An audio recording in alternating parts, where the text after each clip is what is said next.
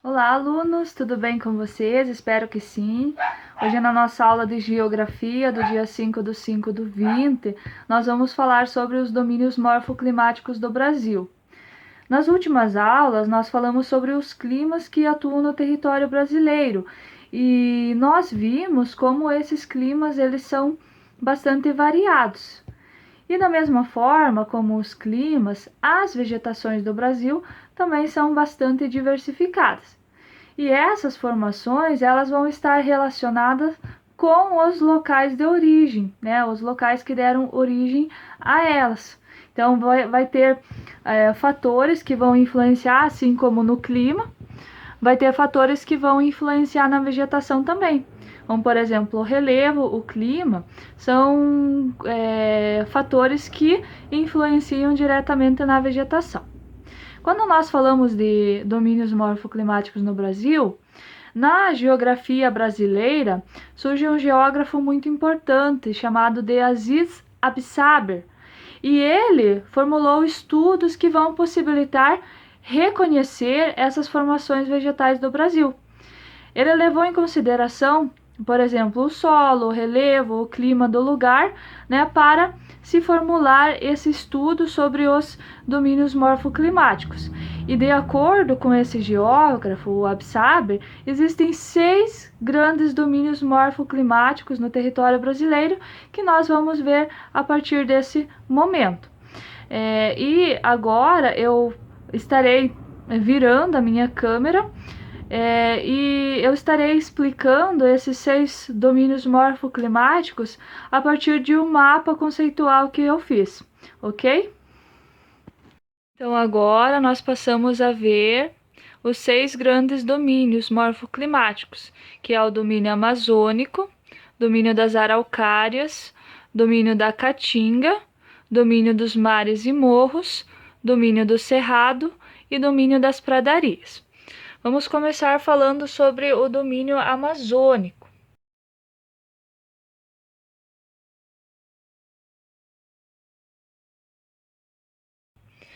O domínio amazônico é considerado um dos espaços de maior biodiversidade do mundo, ou seja, ele é maior em fauna e também na flora. E a vegetação da Amazônia é também denominada de floresta equatorial. Por quê? Porque ela se localiza próximo à linha do Equador e o clima equatorial é o que predomina nela. Então, ela também é chamada de floresta equatorial. A vegetação dessa região, ela é composta de árvores de grande e médio porte, e essas árvores geralmente são com folhas largas e copas bem fechadas.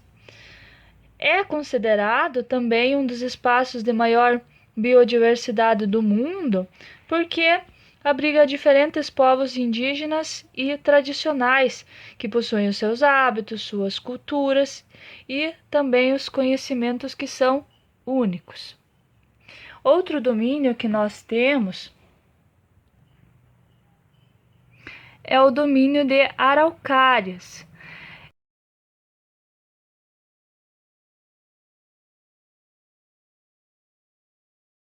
Esse domínio ele vai ocorrer nas áreas de planaltos na região sul e vai englobar o Paraná, Santa Catarina e também o Rio Grande do Sul.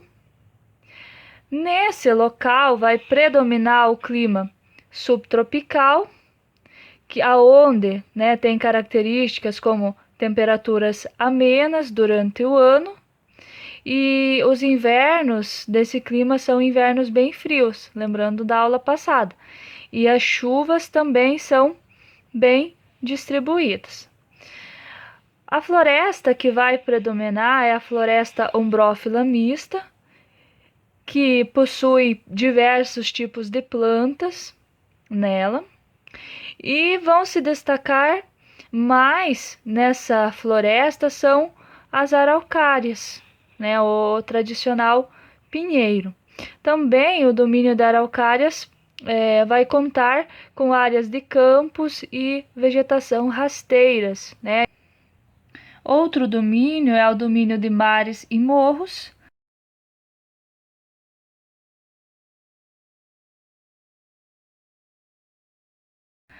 Esse domínio vai se estender desde o Rio Grande do Norte até o Rio Grande do Sul e também vai se estender para o oeste, nas áreas mais centrais do nosso país.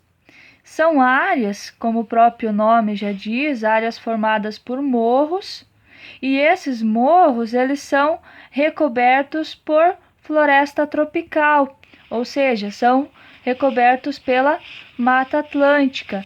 E esse domínio na Mata Atlântica também vai apresentar uma vegetação de grande porte. Outro domínio é o domínio da Caatinga.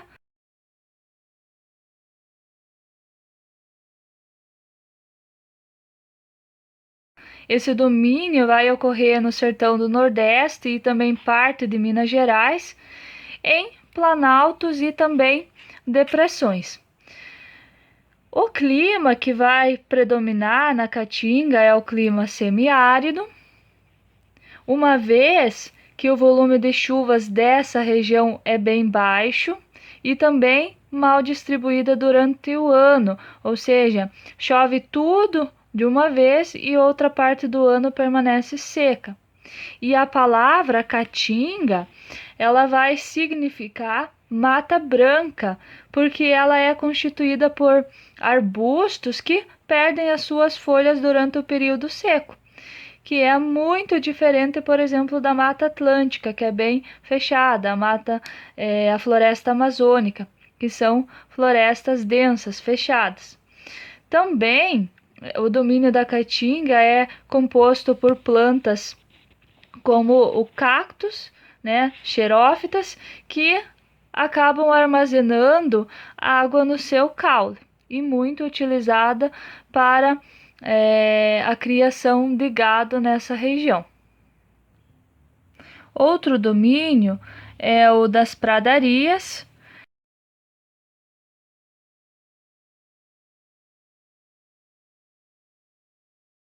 Esse domínio ele também pode ser chamado de coxilhas, campos sulinos, pampas, enfim. Ele vai se estender sobre o planalto do Rio Grande do Sul e também vai se estender por outros países, como a Argentina e o Uruguai. E a característica dessa vegetação, ela é uma vegetação rasteira, como por exemplo as gramíneas, arbustos também, e nesse tipo de vegetação vai ter pouquíssimas árvores.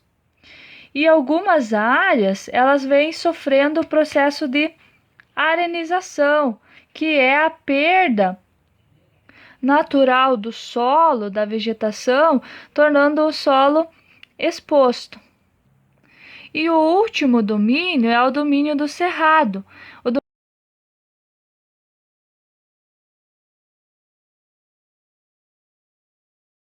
domínio do cerrado ele vai ocorrer no clima tropical, que tem como característica uma estação seca e a outra úmida. E a formação de vegetação é de savanas que são campestres com árvores esparsas, né? Alguma ou outra árvore nessa vegetação. E é comum ocorrerem nesse domínio as queimadas naturais que ajudam na renovação vegetal, que é muito diferente das queimadas causadas pelo homem, que trazem impactos muito grandes à natureza. E as queimadas naturais do domínio do cerrado, elas são importantes porque elas ajudam na renovação vegetal. E é uma área também propícia para a expansão da agricultura. E nos últimos anos se observa uma forte retirada da vegetação original para o cultivo, por exemplo, de monoculturas, como o soja. Como atividade, eu sugiro que vocês respondam as questões na seção Organize as Ideias, das páginas 53 e 54 da apostila.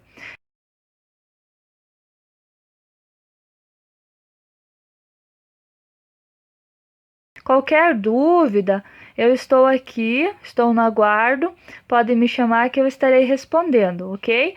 Um forte abraço e bons estudos!